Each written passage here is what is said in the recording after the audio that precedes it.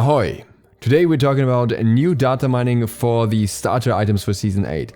And this one is absolutely crazy. If you thought it was crazy before, now it's going to be completely ridiculous. Starter items are going to be a very different thing in Season 8. Huge shout out for this data mining goes to Daredust. The Reddit thread that Daredust posted can be found down below as well. And in that context, also keep in mind that all of this information is subject to change. This is just data mining. I have talked about these starter items before, and if you want to see a comparison between the old starter items and the ones that we saw so far, I would recommend checking out that video and then coming back to this one afterwards, because we have so much new information now that at this point I don't want to do the whole comparison again. Would be a bit redundant. We're gonna have enough to go through anyways. Also, Daredust added a disclaimer: the item names and stats are not explicitly linked in the files, so some item names and stats may be swapped. Now let's look at the first item, which is Bluestone Pendant. Here we don't really have a change from the first data mining. It's 15 physical power, 15 HP 5 and 15 MP 5, and the passive is enemies hit by your damaging abilities take an additional 30 physical damage over 2 seconds with maximum 2 stacks. The upgrade version also has the same stats, but it's renamed now from Bluestone Pendant S to Bluestone Amulet. This S was something we saw on many of the items. It could mean stacked, it could mean super. I am assuming that they will have some stacking mechanic, but there are also other mechanics that come into play to get the upgrade versions. We'll get to that later. Bluestone Amulet still has 45 physical power, 30 HP 5 and MP 5, and the passive is enemies hit by your damaging abilities take an additional 30 plus 7.5% of their current health as physical damage over 2 seconds. So basically that is somewhere in the same territory as Heartseeker, but weirder. The next item is Death Toll, and here we see a pretty significant change in what the stats are. The item still has 10 physical power, but now also for some reason has 25 magical power, so I guess it's for both magicals and physicals. The health has been reduced from 75 to 50, and the passive is slightly changed. Hitting an enemy with a basic attack still restores 6 health, but now restores 3 mana instead of 4, and basic attacks that cleave and hit multiple enemies restore 3 health and 1 mana instead of 2 for every enemy after the first hit. And what's important here is there's a note, can be upgraded at level 20, and this is something we will see with a lot of these starter items, that you can either upgrade them at level 17 or at level 20. This might just be a level that they haven't really decided on yet, so both description exists. But I think this will generally mean that all of these upgrades that we're seeing will be late game upgrades, and the point is that you will basically build most of your other items first, and then at the time where you would roughly replace your starter item normally, you will upgrade your starter item to something really strong and game-changing instead. The first upgrade version is Death Embrace. This comes with 65 physical power now instead of 55, and 85 magical power. It also has 200 health. The passive functions the same as Death Toll, but restores 3% health and 3% mana. And basic attacks that hit multiple enemies restore 1.5% health and 1.5% mana per additional target.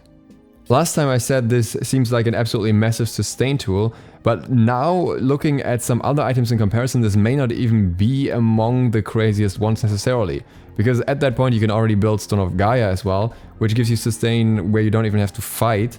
It depends a lot on how many minions can consistently hit all the time, I guess, but it relies on your basic attacks. So with it only being available at level 20, it's maybe not even that crazy, just compared to the other ones that we'll get to. The second option is Death Temper. No changes here to what we saw last. 50 physical power, 20% attack speed, 100 health, and hitting an enemy with a basic attack restores 1% health and mana. And if an enemy dies near you, you gain 1 stack of Temper that provides 2% increased basic attack power for 10 seconds with a maximum of 10 stacks. When an enemy guard dies near you, you gain 5 stacks. So this one is definitely the option for hunters, while the other one is more of a solo option. Also indicated by the fact that this one does not come with any magical power at all. The basic attack power increase is definitely the most drastic part of this.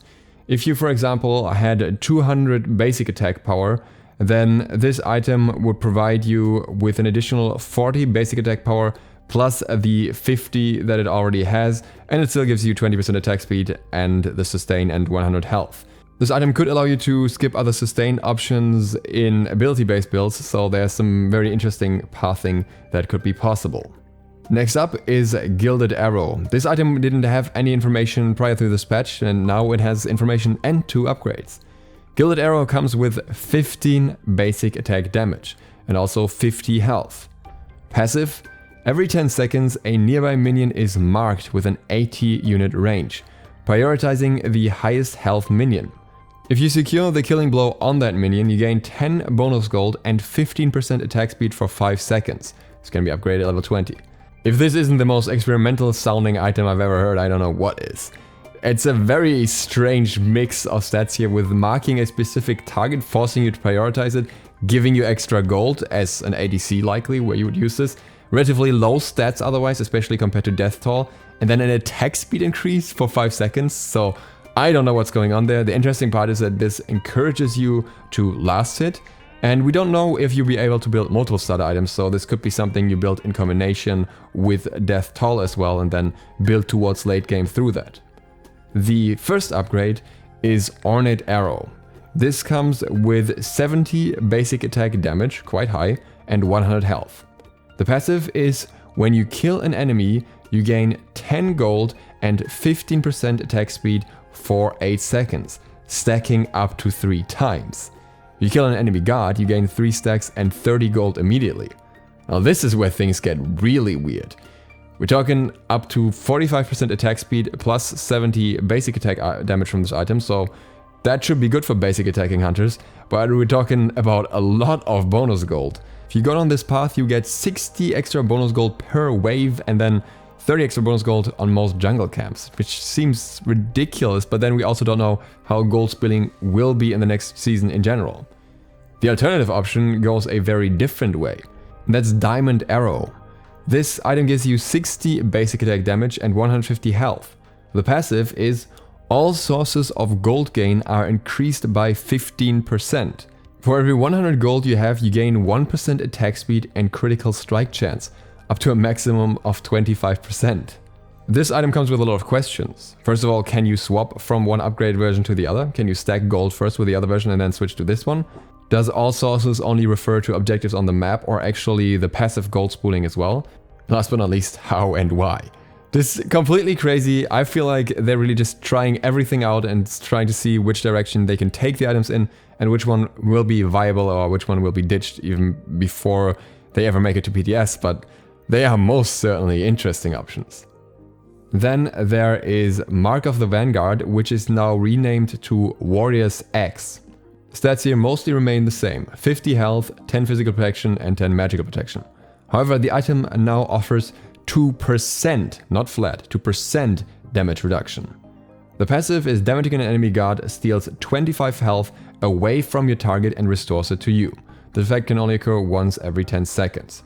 Can be upgraded at level 20. We already talked about this reinterpretation of Warrior's Blessing or mini ethereal stuff in the last video, so we don't need to do it again. The first upgrade version is Sundering Axe, which was slightly changed. This comes with 250 health and now has 35 physical and magic protection instead of 30.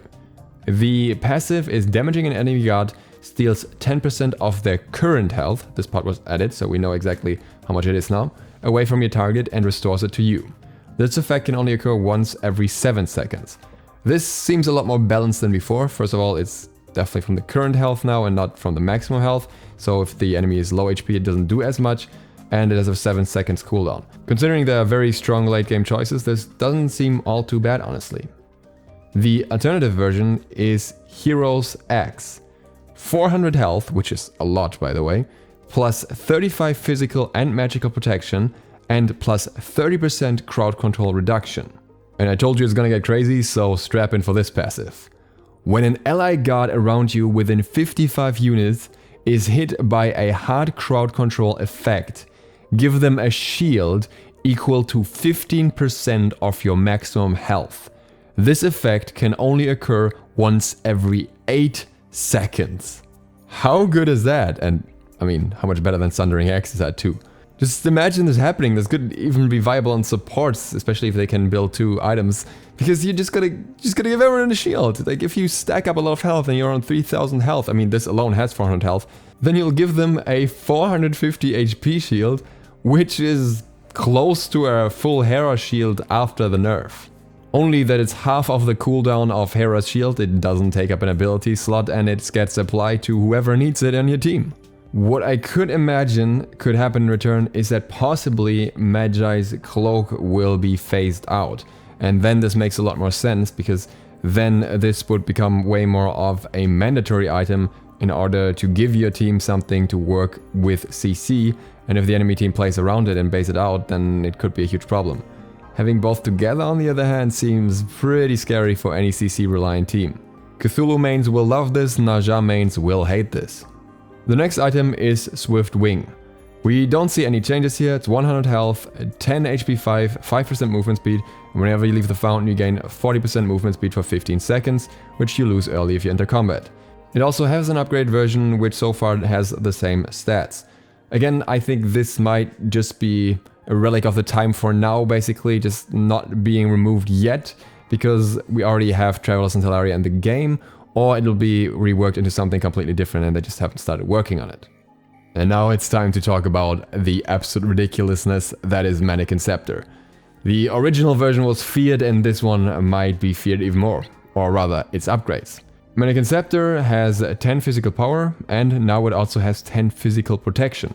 The passive, enemies hit by your basic attacks are burned, taking 10 physical damage over 2 seconds, and are slowed by 4% for the duration. Jungle monsters take twice the amount of damage. This effect can stack up to 4 times. Can be upgraded at level 20. We already discussed this last time, we don't need to go into detail here, but the upgrades though. The first one, Manikin's Mace. 40 physical power, 100 health, and 30 physical protection. A lot more than the initial 10 physical power that it used to have. In addition to that, the passive got ramped up a fair bit. Enemies hit by your basic attacks are burned, now taking 60 physical damage instead of 30 over 2 seconds, and are slowed by 7% for the duration. Jungle monsters and objectives take 3 times the amount of damage. This effect can stack up to 4 times. 3 times, so 180 damage per basic attack, which after 4 basic attacks with full stacks means 720 extra damage against jungle monsters and objectives over 2 seconds, which is pretty quick to be honest. And we're still talking about an extra 240 damage against anyone that the basic attacking character would hit. And that comes along with a 28% slow, so Hastened Katana might be a thing of the past. I have a feeling this item might not be purchasable by ADCs. I'm not sure, but just a hunch, I feel like that might just be a little bit too crazy. But we're not stopping with just a basic attack focused version. There's also Manikin Hidden Blade. 65 physical power, 30 physical protection, and passive.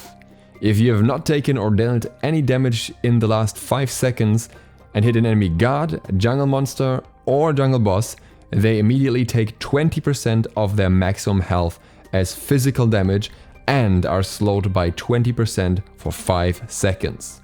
That is a pretty insane value when looking at burst guards with high pen.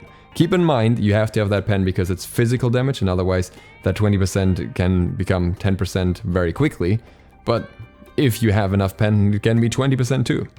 Additionally, the 20% slow ensures that your follow-up will land, and if you are playing a god like Thanatos, then you will also ensure that their movement speed is slowed down to an absolute crawl if you have your own built-in slow.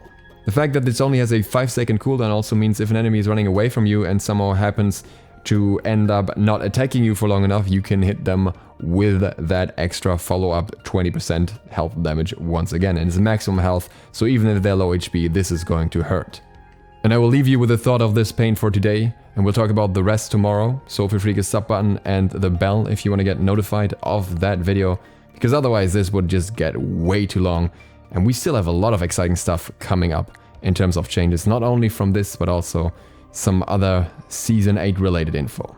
So I wish you sweet nightmares of new Manikin Hidden Blade, and other than that, I hope to see you for the next one tomorrow. SLOTH, out.